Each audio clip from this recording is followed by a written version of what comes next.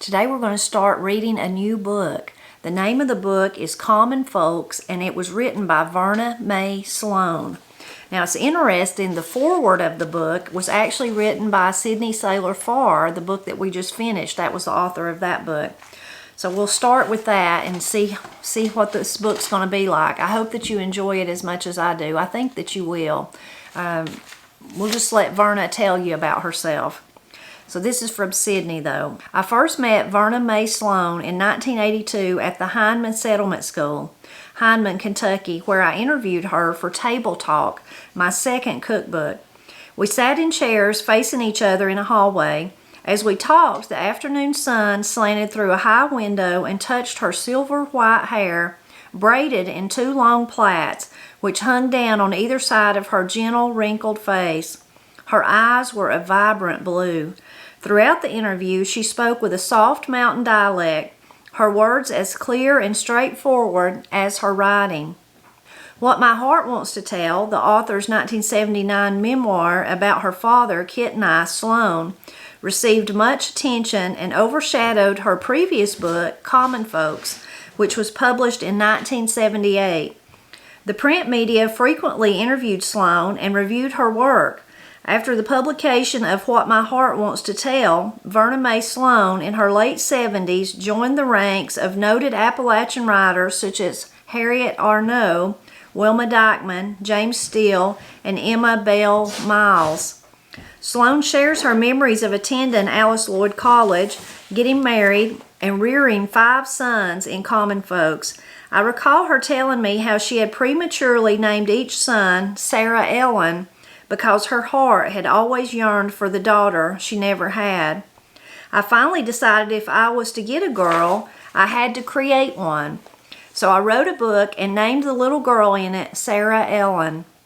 Those with an appreciation of oral history or the folkways, folk medicine, and other aspects of life in Appalachia will find in Common Folks a rich first-person account that is difficult to put down.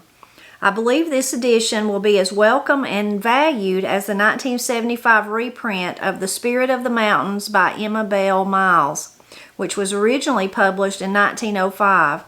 Any reader would enjoy Common Folks, and it would be suitable material for use in an academic setting. In Common Folks, Slone describes areas of southeastern Kentucky that were irrevocably altered by industrial development, mining, and other intrusions from the modern world during her lifetime. She does not dwell overly long on the losses, but instead presents a clear, unadorned picture of her way of life and that of the people around her, revealing their natural paths as well as those dictated by society. Above all, Slone highlights the natural beauty of her surroundings as she tells the story of her life in Appalachia. Sidney Saylor Farr. Chapter 1. As you can tell by the title I have used for my scribblings, it is to be about common people. Folks who never did any great deeds, never became president, neither were involved in great scandals like Watergate, whose names were not known by newspaper reporters or television commentators, but were just common folks, loved by their family, and did the very best that they could with what they had to do with. Folks who are worthy enough to be remembered and not labeled as hillbillies because they were born in the hills. I want their grandchildren to know they had folks to be proud of, a way of life soon to be forgotten, brave, sturdy, hard-working, God-fearing people, misunderstood by outsiders because their customs and speech belong only to them. Well, if I'm going to write my own autobiography, I guess the way to begin is with the information of where and when I was born. And I don't think I deserve a pat on the head nor a kick in the back for the accomplishment of either, for I had no control over the matter at all. In fact, I was not even consulted. If I had been, I might not have made a very wise decision, for I was not very wise at that stage of my existence. I thank an all-wise God for making this all-important decision for me. So with God holding the power over my life, He saw, for some reason unknown to man, for me to be born, October the 9th, 1914. in a log house at the mouth of Trace on Caney Creek in Knott County, Kentucky.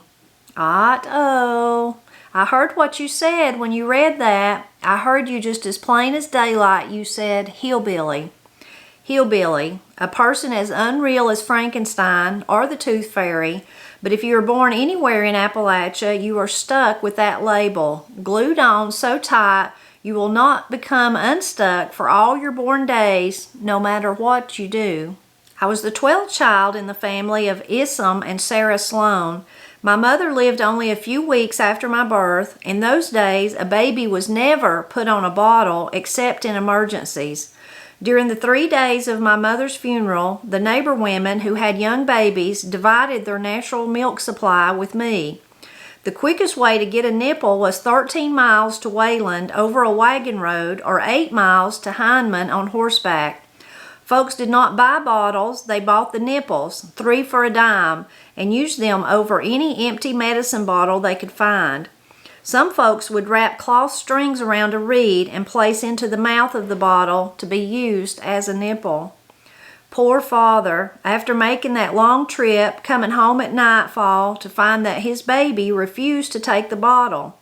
For 3 days I just would not suck that milk from that bottle. My husband says I'm still that stubborn when I set my head to either do something or not to do it. My sisters would make me a sugar tit, mixing sugar and butter together and tying it up in a clean rag. This I would eat. My father thought when I got hungry enough I would take the bottle, but he could see I was losing weight but not changing my mind. My Aunt Cynthia Ann had been offering to take me. Her own baby, Lona, was over a year old. She could be weaned, and I could take her eating place. My father did not want any of his children to leave home, but at last, in desperation, he told my aunt she could take me, but with the understanding it was only until I was old enough to be fed or learn to take milk from a glass. It was just a few weeks until I was back home enjoying my bottle. After they let up trying to make me and gave me my own way, I agreed to give in. And so it has been all my life. I will not say my way is best. You may not like what I do or say. You may agree or disagree. It does not make any difference with me. I will not change for anyone. You like me the way I am, or go find someone you do like.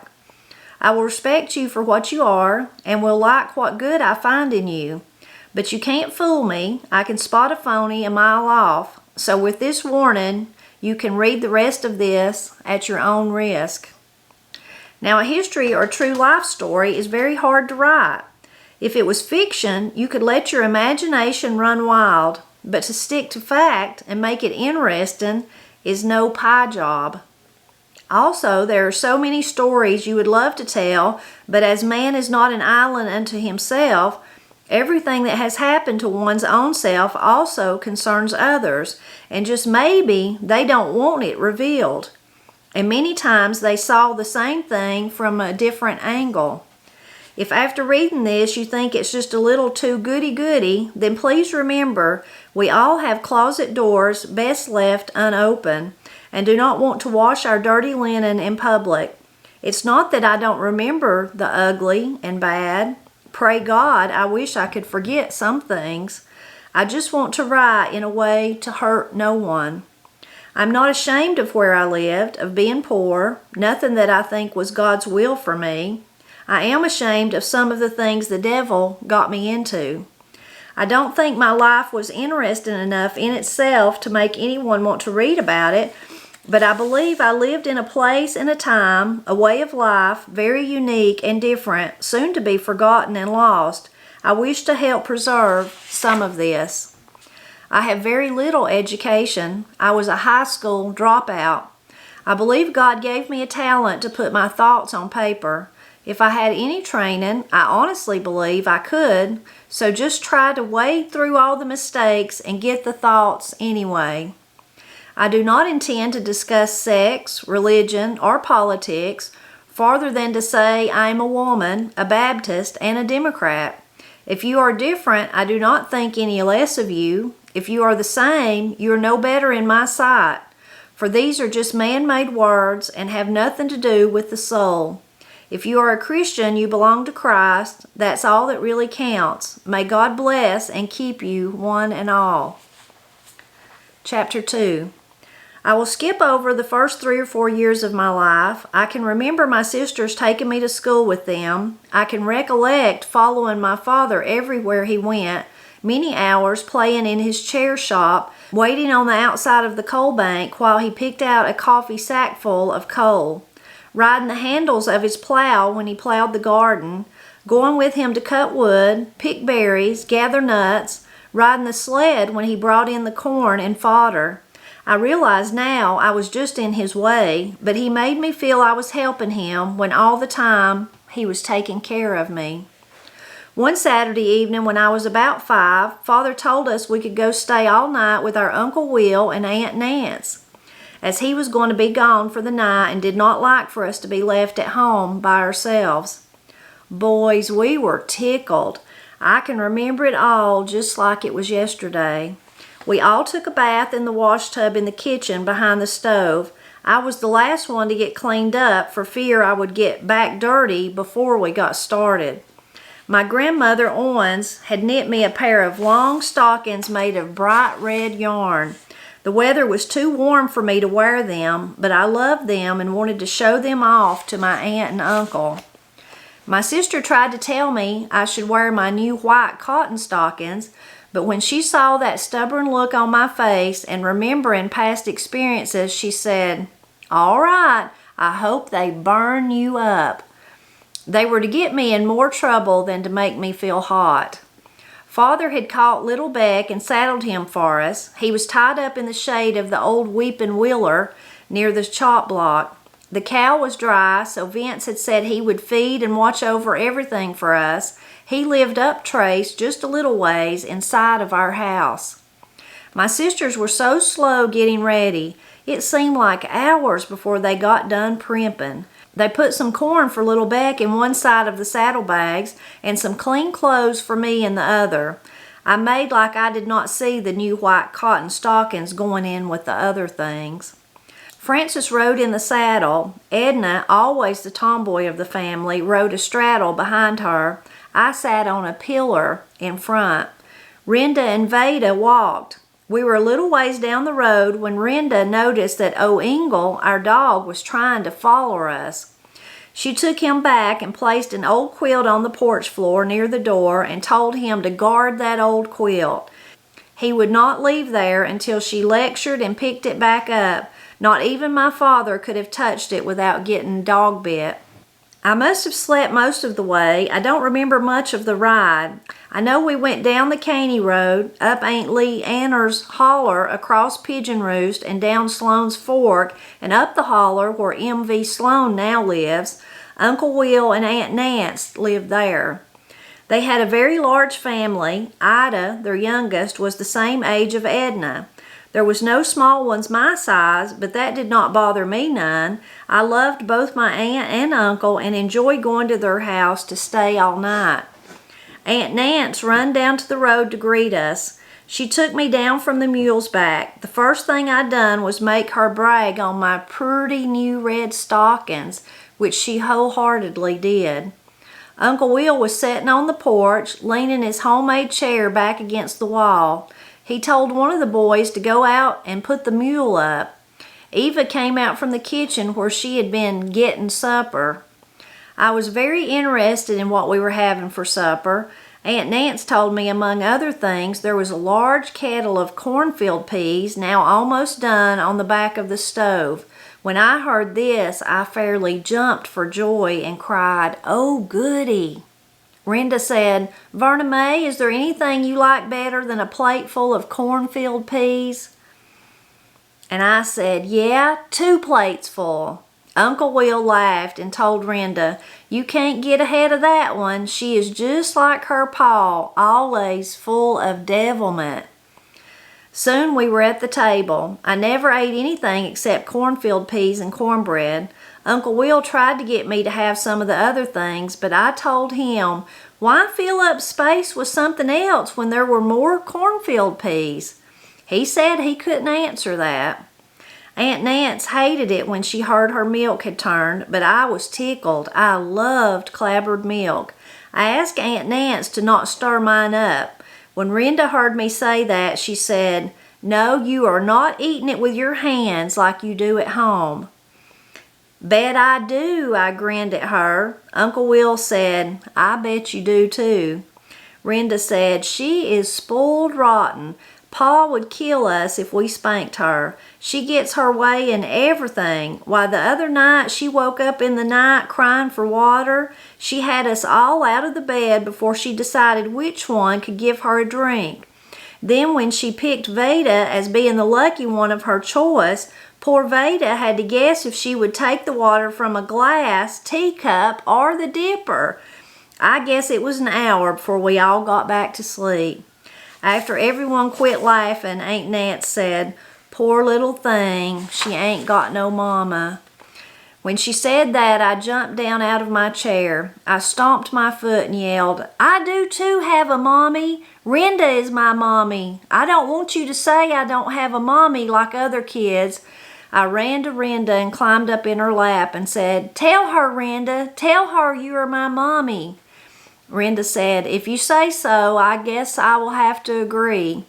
Aunt Nance asked, "Why did you learn her to call you mommy?" "But I didn't. She just took it up by herself. It plagues me sometimes when I'm in a crowd and they don't know any better." She began rocking me and trying to get me to quit crying. "Well, what's done is done. Hush crying and I will take you with me to milk. My old cat has some little kittens under the barn. If you'll get in a good humor with me, I'll show them to you." Renda laughed. "It's just homemade cry. See, there are no tears in her eyes." "They do too. The tears are way back in my head. You just can't see 'em." I jumped down and ran to Aunt Nance, ready to go see the kittens. They were back under the corn crib. I could not reach them. I was ready to try and drag one out with a long stick when Aunt Nance stopped me. When she finished milking the cow, she hung the bucket of warm, foamy milk on a nail, drove into the barn logs. She climbed up the ladder into the barn loft to look for eggs. I started back to the house by myself. I was about halfway there when Aunt Nance screamed at me, "Run, honey, run to the house. That old gander sees your red stockings and is taking after you." I looked behind me, and from the creek come a large gander with outspread wings and a long neck, calling insults and determining to devour me. Boy, but he sure was one big bird. I know naturalists and scientists say birds and animals cannot distinguish colors, but me and that old gander, neither one nor t'other could read, so we did not know this. Proud as I was of my pretty red stockings, it was not them I was concerned with then. It was those little fat legs inside of those stockings I did not want that old gander to get a hold of. I started running with all power, but fast as I ran, that old gander was coming faster. He was so close behind me that when I got inside the yard and shut the gate behind me, it smacked that old devil right in the face. It was a wonder it had not turned his bill back over his eyeballs. He did not give up that easy, but kept running up and down, jobbing his head through the fine cracks, squawking insults at me. Safe inside, I shook my fist at him and screamed back insult for insult. All this racket and confusion brought everyone from the house. They all had a good laugh at my experience. Aunt Nance came from the barn with her bucket of milk. She untied her large white apron and shooed that old gander away from the yard fence. He went strutting back to his goose family. She had a small basket of eggs, and right on top was a very large goose egg. "I'll tell you, honey, how you can get even with that old gander for scaring the daylights out of you. I will fry you this goose egg for your breakfast." I agreed with her real quick, for I was always interested in something good to eat, and I would doubly enjoy eating the offspring of that old gander. Did you ever see what a plateful a large goose egg can make? It sure looks like a lot to place before a small 5-year-old. I ate it all and enjoyed every bite, even sopping up the grease in which it had been fried with one of Aunt Nance's big biscuits. I told Uncle Will they were almost as large as a turtle. He tried to get me to put one on the floor and place fire on its back and see if it was a turtle, but I knew he was just fooling. I had other uses for that good flour bread. So we'll stop right there. Really interesting already and comical. You can tell that Verna Mae really has a good sense of humor, from her little talk about the goose to the turtle to kind of making fun of herself for being spoiled. So I really enjoyed that first part. I like the very beginning when she's kind of introducing the book and saying that she's making it about common folks, about common people that are not, it's not the president, not the most important person in the world, but just those everyday people. And if you think about it, in your life, it's probably like my life, those everyday people, kind of those that they're never in the limelight, they never maybe really do anything to be recognized as far as a worldly thing goes, but those are the people that you love the most. Those are the people that stick in your mind, that were kind and gentle, or maybe they were a character, maybe they were really funny. So I like that part, that she's kind of saying those everyday people are the ones that are important. They're the ones that make up your life. They're the ones that you love. And I like the part that when she's talking about hillbilly, saying basically, now that I've told you, I know what you're thinking I'm a hillbilly. I find that one really interesting. I've had people ask me, as a writer of Appalachian things on my blog, but also here on Celebrating Appalachia, what I think about that, about being called a hillbilly. Now I always say it's up to the individual. It sounds like Verna Mae didn't like it a bit. She didn't enjoy it. But there's other people who were born and raised in Appalachia, and they really take pride in that. Like it's a badge of pride for them to be called a hillbilly. And then there's other people that's offended by it. So it really just depends on the individual. For me, it doesn't offend me. I mean, it's not really that I take pride in it either. I guess I just don't worry about it. But I'm not offended if somebody calls me a hillbilly. But that's interesting that Verna Mae seems like that was one thing she didn't like. And you can tell, kind of going from that, then the second part of her little introduction is basically saying, this is my life, and I hope you like it, but if you don't like it, I'm not going to change. So that kind of goes back to her part, talking about those everyday people who just live their lives. And maybe we don't agree with everything that they do, or things that we think they should do, or whatever, but if they kind of have the confidence to go forward and live that's just the way that they are, somehow that to me garners respect. So I liked that little part. And then even, I know the book will tell more about her family, but just the, beginning part where her mother died, and of course she couldn't remember the heartache of those times. She's sharing stories that's been passed down to her from her sisters and her father.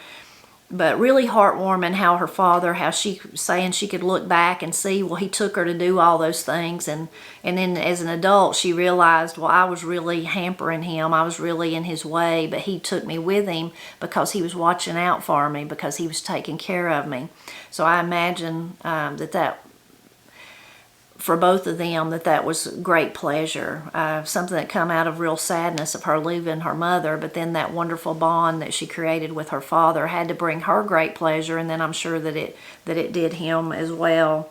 And then the funny part about being flogged by the goose, by the old mean gander. If you've ever been flogged by chicken, I've never been flogged by a goose, but I have by chickens, and it's not fun. And if you're a little kid, it's rather scary, especially if there's more than one. If there's more than one that come after you, and they make a lot of noise with their wings flapping and they're cackling, and like she said, you could just imagine them pecking your legs, and so I've definitely been there, done that, and then I've seen it happen to other little kids too. And while there is a comical side to it, then you can if you've ever been in that place, or maybe if you hadn't, you can imagine how scary it would have been for them.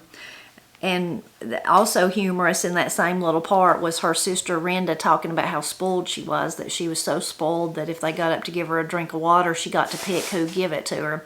I'm sure they were exaggerating a little bit, but she probably was spoiled because she was the baby and because they all felt sorry for her because her mother had died. So I can see that. Years ago when I worked at the college, one day I was in there talking to a lady that was doing some other work for a college, not actually, she was more like a contracted person, but she told me, said a phrase that I never got over and I've always remembered, was that spoiled with love. She said spoiled with love. She was talking about someone in her family, of course, but she was talking about, you know, not that they had spoiled them like by giving them anything they wanted or, you know, not making them mind or anything like that, but they had spoiled them with love. And that really stuck with me. And I thought, what a wonderful thing to think about, is just that unconditional spoiled with love that you, as parents, that you're able to give to your children. And I know it's not always like that, but I sure wish it was for everyone. I wish everyone had that. I feel like that's what I had from Pap and Granny, that I was spoiled with love. I was a little bit spoiled in other ways too. Corey and Katie, I would say that they were spoiled with love. I think they both would agree to that me and Matt spoiled them with love. Although I probably made them toe the line more than Pap and Granny made me. But I like that part because you can tell, again, her sisters and her aunt and uncle, they're just laughing about it. They don't really mean that she was, you know, an annoying little child to be around because she was so spoiled. They just mean that she was, it's kind of a term of endearment if you hear people say they're spoiled rotten, just spoiled rotten. They don't really mean they're bad. So that was a nice part. And then just the way she's describing herself, she really is, sounds like she was just a real character of a child, like the way that she was bantering back and forth with Renda already. And kind of how she was, you know, she demanded that she took her red tights, but then she seen them sneak in the white ones. So you can see she would just been one of those kids that was just a joy to be around. I was really quiet and shy as a child, so I don't think I was like that at all. But I raised two girls that were both like that. You never knew what was going to happen, what they were going to say, what they were going to do. It's just a real joy to be around kids like that. And there's been other kids in my life, and you could probably think of too, that another term we would say they're a real rounder, like he's a rounder, you know. There's all those little, sometimes those things show up in children, especially ones that are not as bashful as I was. I was so backward I wouldn't even speak to people. But you can tell that she is one of those little kids. As a child, she was like that. And you can kind of see that as an adult, she kept that going. In one of my recent videos, someone said about Katie, said that she was, you know, she was just a mess, and that she made them laugh all the time, and that she was just such a character, and they really loved that. And I thought to myself, yeah, and she's been like that since the day she was born. There's never been a dull moment with her around. And Corey's like that too, not so much as Katie, not as unpredictable, I guess, as Katie, but all in a good way. None of it's negativity, all of it in a good way. So I hope that you enjoyed this first little peek at this book. I hope it's a book that you're going to enjoy. Be sure to drop back by next Friday and we'll see what happens next with Verna Mae. And please leave a comment and tell me what jumped out at you from this first reading.